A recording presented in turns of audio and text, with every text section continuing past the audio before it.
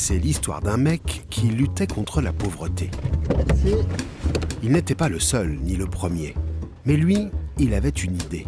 Ça s'appelait le RSA, le revenu de solidarité active. Un truc qu'il avait inventé il y a 3 ans pour donner plus d'argent aux pauvres quand ils travaillent. Et c'est pour que son idée devienne une loi que Martin Hirsch était entré au gouvernement. Alors Martin Hirsch, c'est pas un ministre ordinaire. Des comme lui, il n'y en a pas beaucoup. Déjà, au gouvernement, il a voulu une place à part, un titre de haut-commissaire, comme l'était jadis son grand-père qui était commissaire au plan de Gaulle, une réduction d'1/4 de son salaire parce qu'il ne voulait pas être payé plus que ce qu'il gagnait avant en tant que haut fonctionnaire, et puis surtout sûrement pour garder aussi une forme de légitimité par rapport à son parcours, dont le fait saillant est qu'il a été pendant longtemps président d'Emmaüs, aux côtés de l'abbé Pierre. En 1997, il devient directeur de cabinet de Bernard Kouchner dans le gouvernement Jospin. Là, il se frotte au rouage de l'État. Classé à gauche, il ne s'engage pas dans un parti, mais aux côtés de l'abbé Pierre. 12 ans chez Emmaüs, dont 5 ans président bénévole. Là, il se forge au combat contre la pauvreté. De Sarkozy, il attendait maintenant le feu vert pour son RSA, mais aussi un gros paquet d'argent. Il venait de lui demander 2 ou 3 milliards d'euros, pas moins. Ce film raconte la bataille livrée par Martin Hirsch pour mener à bien son projet et faire voter sa loi RSA.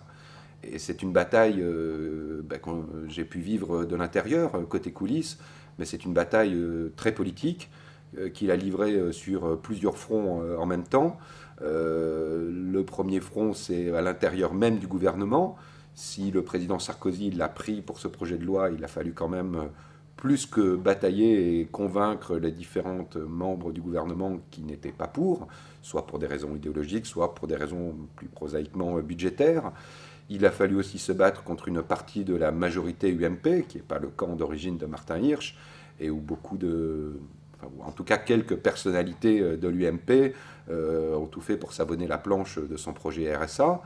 Et puis il a fallu aussi livrer une bataille contre l'administration elle-même et l'inertie de l'administration et de ses grands services qui peuvent en général paralyser beaucoup de choses.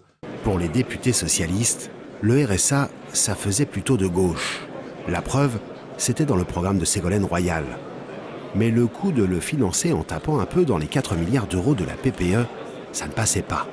Pas touche à la PPE, cette prime pour l'emploi érigée en droit acquis, mise en place par un ministre des Finances nommé Laurent Fabius. Je voudrais revenir, si vous le permettez, sur la question du revenu de solidarité active.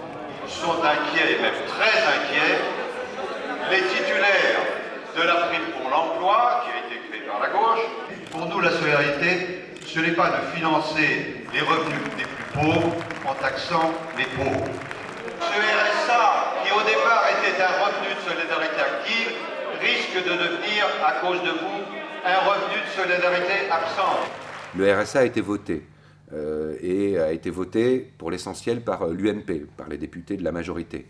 Mais il n'a pas été voté à l'unanimité, comme il y a 20 ans pour le RMI. Or, Martin Hirsch aurait voulu que sa loi RSA, qui est destinée à remplacer le RMI et à l'améliorer, soit votée aussi à l'unanimité. Donc s'il a gagné sa fondamentale bataille, qui est faire passer sa loi RSA, ce n'est pas une victoire totale, puisque le Parti socialiste n'a pas voté pour la loi RSA. Le Parti socialiste s'est abstenu.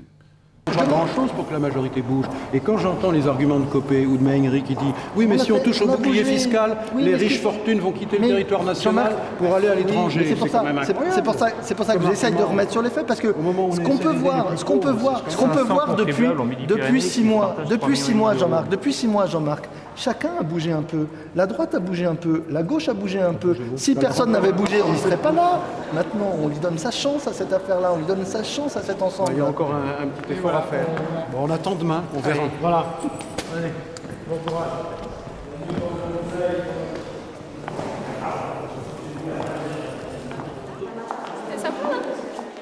La loi RSA a été définitivement votée malgré l'abstention des socialistes. Ouais. J'ai un immense respect pour le travail parlementaire. Le 1er juillet 2009, 4 millions de personnes bénéficieront du revenu de solidarité active avec au moins l'espoir de sortir de la pauvreté.